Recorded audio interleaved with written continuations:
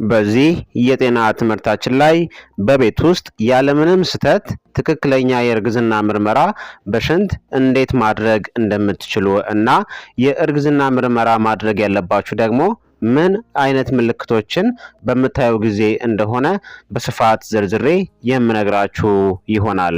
ሰላም ጤና ይስጥልኝ ክብራትና ክብራን የሄልዝ ኤዱኬሽን ቻናል ቤተሰቦች እንደምን አላችሁ? እኔ አለው እግዚአብሔር ይመስገን ደህና ነኝ። ዶክተር ዮሐንስ እባላለሁኝ።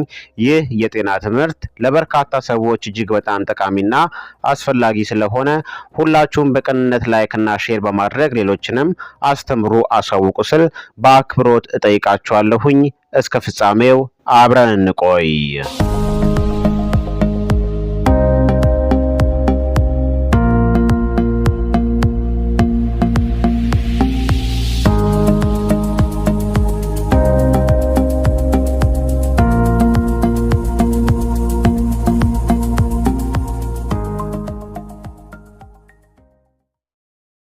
በቅድሚያ ስለ ትክክለኛ የእርግዝና ምርመራ አደራረግ ከመንገሬ በፊት ስለ እርግዝና ምርመራዎች በጥቂቱ ልንገራችሁ።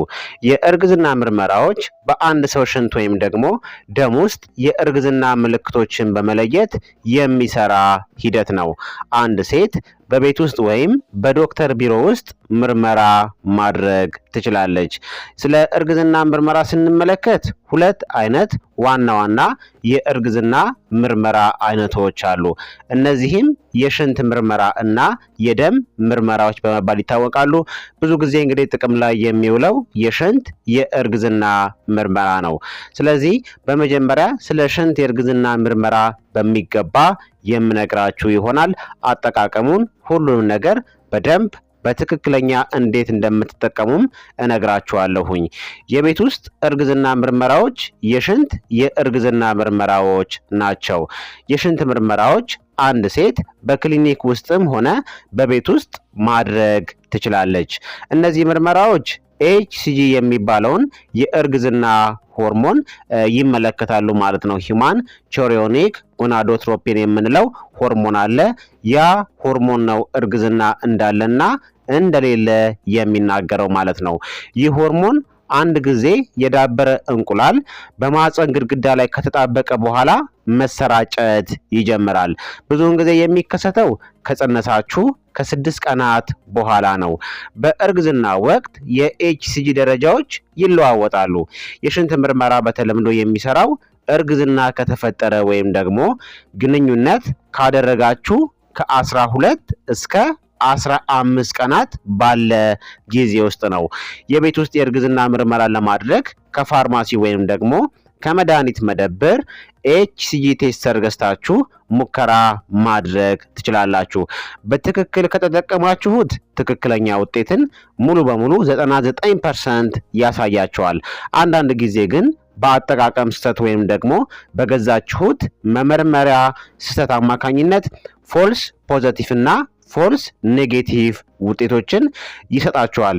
ይህም ማለት ምን ማለት ነው? ሳታረግዙ አርግዛችኋል ወይም ደግሞ አርግዛችሁ እርግዝና የለም ሊላችሁ ይችላል በአጠቃቀም ስህተት ምክንያት። የሽንት ሙከራዎች ብዙውን ጊዜ በ5 ደቂቃ ውስጥ ውጤቱን ይሰጣሉ። እንደገዛችሁት ምርት ሊለያይ ስለሚችል ምርቱ ላይ የተጻፈውን በሚገባ ማንበብ መቻል ይጠበቅባቸዋል። በቤት ውስጥ ትክክለኛ በትክክል በሽንት የእርግዝና ምርመራ ለማድረግ ታዲያ አሁን የምነግራችሁ መሰረታዊ ነጥቦች አሉ። በትክክል ለማድረግ አሁን የምነግራችሁን መሰረታዊ ነጥቦችን በሚገባ ማድረግ መቻል ይጠበቅባቸዋል። አለበለዛ የውሸት ሪዛልትን ሊሰጣችሁ ይችላል። በቤት ውስጥ እንግዲህ በሽንት የእርግዝና ምርመራ ውጤታማ በሆነ መልኩ ማድረግ የሚገባችሁ ወይም ደግሞ መከተል የሚገባችሁ ነጥቦች ምን መሰላችሁ? የመጀመሪያ የእርግዝና ምርመራውን የምታደርጉበት የጊዜ ሁኔታ ነው። አንዳንድ ሰዎች ግንኙነት ካደረጉ በኋላ በሳምንቱ ወይም ደግሞ ቶሎ ምርመራ ያደርጋሉ። ያ ፍጹም ስህተት ነው። ትክክለኛ ውጤትን አይሰጣችሁም። ምክንያቱም የሽንት ምርመራ እንዳልኳችሁ ኤችሲጂ ሆርሞንን ነው የሚለካው። ይህ ሆርሞን ደግሞ መጠኑ የሚጨምረው እርግዝና ከተፈጠረ ከ12 እስከ 15 ቀን ባለ ጊዜ ውስጥ ነው። ስለዚህ የእርግዝና ምርመራ እንድታደርጉ የሚመከረው ቀን የወር አበባችሁን ጠብቃችሁ ከቀረ ከአንድ ሳምንት በኋላ በጣም ተመራጭ ጊዜ ነው።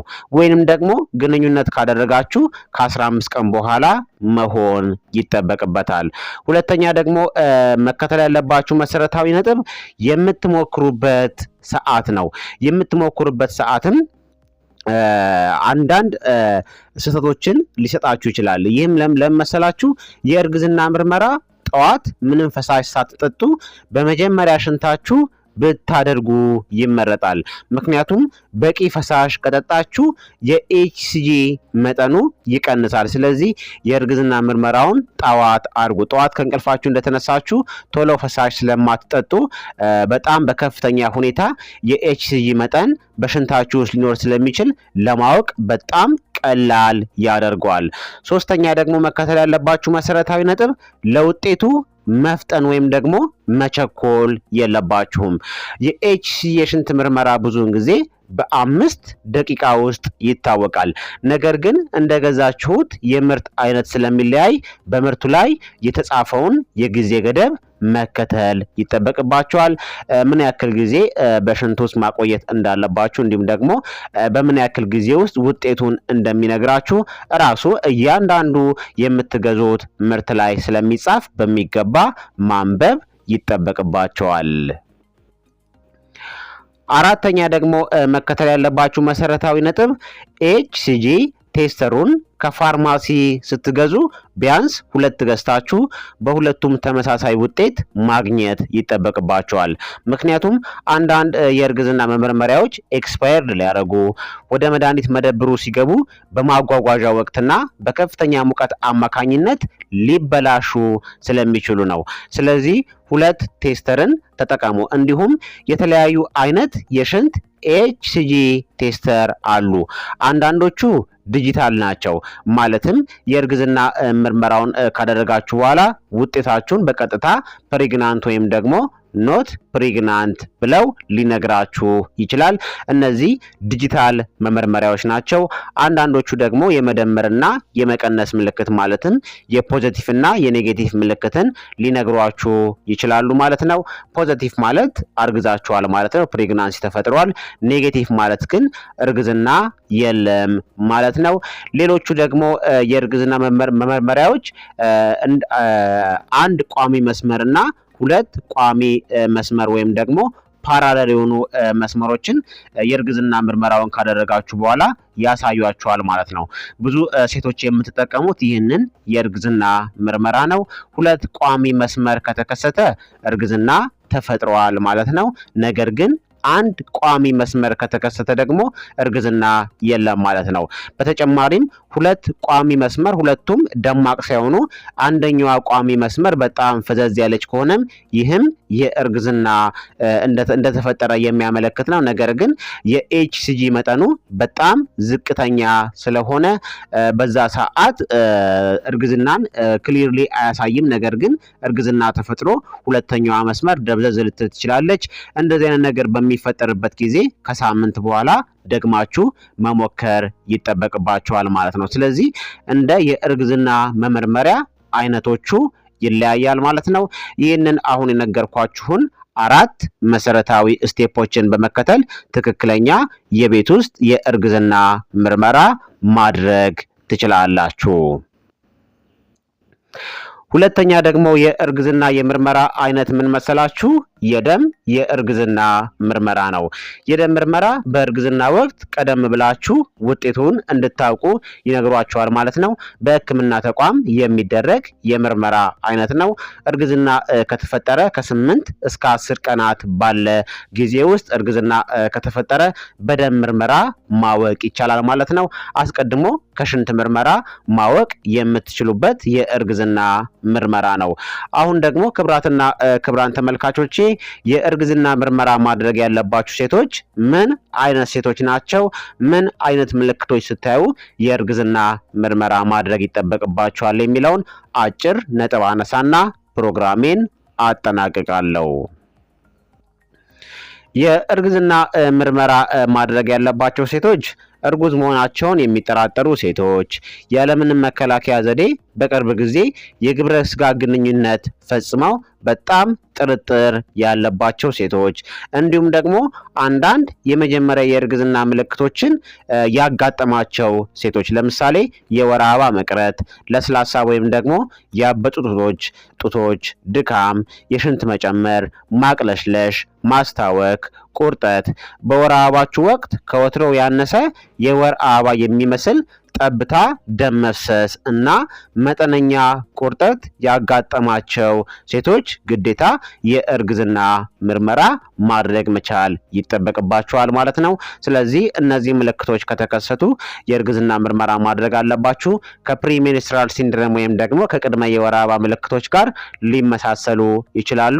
ነገር ግን እነዚህ ምልክቶችን ካስተዋላችሁ ምርመራ አድርጉ። በተጨማሪም ምርመራ እንድታደርጉ የሚመከረው ደግሞ የወር አበባችሁ ከሚመጣበት ጊዜ 1 ሳምንት ከዘገየ በኋላ ምርመራ ብታደርጉ በጣም ተመራጩ ቀንና ትክክለኛ ውጤትን የምታገኙበት ቀን ነው። ስለዚህ ክቡራትና ክቡራን ተመልካቾቼ የዛሬው የጤና መረጃዬ ይህንን ይመስል ነበረ። ትክክለኛ የቤት ውስጥ የእርግዝና ምርመራ በሽንት እንዴት ማድረግ እንደምትችሉ አንዳንድ መሰረታዊ ነጥቦችን በሚገባ አንስቻለሁ ማለት ነው። ከዚህ ቪዲዮ በኋላ ታዲያ ትክክለኛ የእርግዝና ምርመራን በየቤታችሁ ማድረግ የምትችሉ ይሆናል ማለት ነው። ሐሳብ አስተያየታችሁ አይለኝ። አብሬያችሁ የነበርኩት ዶክተር ዮሐንስ ነበርኩኝ። ጥያቄያችሁን ደግሞ ከታች በኮመንት ላይ አስፍሩልኝ። ጥያቄያችሁን አይቼ በርካታ የጤና ትምህርቶችን ወደ እናንተ የማቀርብ ይሆናል ማለት ነው። በሌላ የጤና መረጃ እስከምንገናኝ እኔንም እናንተንም ቸር ያቆየን እላለሁ። መልካም ጊዜ፣ መልካም ቆይታ። ቻው ቻው።